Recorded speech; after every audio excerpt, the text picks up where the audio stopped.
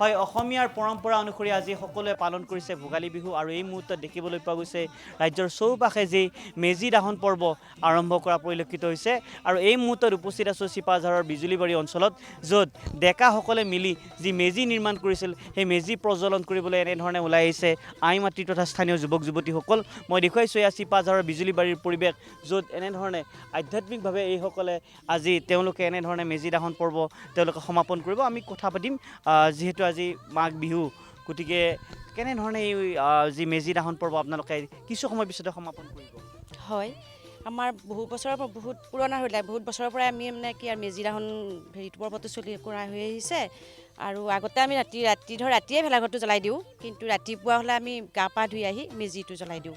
আজি আপোনালোক একেলগে সমবেত হৈছে হয় একেলগে সমবেত হৈছোঁ তথাপি আমাৰ মানুহখিনি আহিব পৰা নাই যিহেতু ৰাতিপুৱা মহিলাখিনি বহুত কাম থাকে সেইকাৰণে গোটাইখিনি আহিব পৰা নাই এতিয়া বৰ্তমান আমি যিখিনি আহিছোঁ সেইখিনিয়ে আমি এতিয়া আৰম্ভ কৰিম বুলি ভাবিছোঁ আৰু মনত কেনে উৎসাহ যিহেতু এটা ভোগৰ উৎসৱ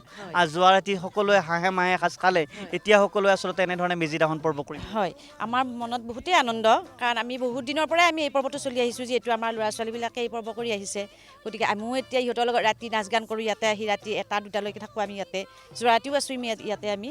আৰু এতিয়া আমি গা পা ধুই ইয়াতে আহিলোঁ মেজি আপোনালোকে নিৰ্মাণ কৰিছে হয় আমাৰ ল'ৰা ছোৱালীখিনিয়ে নিৰ্মাণ কৰিছে সৰু সৰু ল'ৰা ছোৱালীখিনিয়ে নিৰ্মাণ কৰিছে এইসকল আই মাতৃ তেওঁলোকে এনেধৰণে সমবেত হৈছে এই যিহেতু কিছু সময় পিছতে তেওঁলোকে মেজি দাহন পৰ্ব সমাপন কৰিব আমি কথা পাতিম আন কিছু যুৱক আছে এতিয়া দেখিবলৈ পোৱা গৈছে মেজি নিৰ্মাণ কৰা হৈছে আৰু আপোনালোকে এতিয়া মেজি জ্বলাব হয় পোনপ্ৰথমে আপোনালোকৰ চেনেলৰ জৰিয়তে আমি ভোগালী বিহুৰ আন্তৰিক অভিনন্দন জনাইছোঁ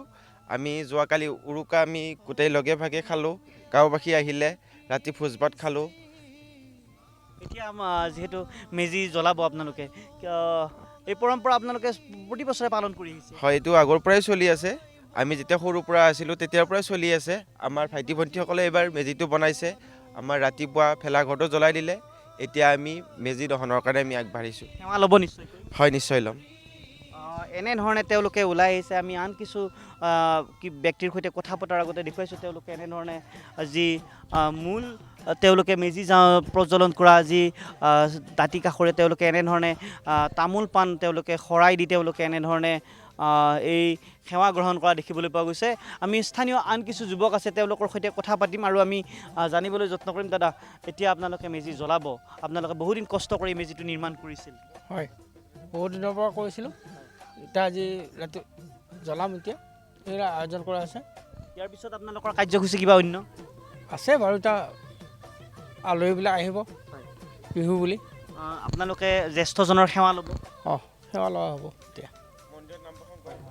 কথা পাতিম আমি আন কিছু যুৱকৰ সৈতে জ্যেষ্ঠজনৰ সেৱা ল'ব মন্দিৰত সেৱা গ্ৰহণ কৰা হ'ব হয় মন্দিৰত নাম কীৰ্তন হ'ব মেজি জ্বলোৱাৰ পিছতে আমাৰ জ্যেষ্ঠজনৰ আশীৰ্বাদ লোৱা হ'ব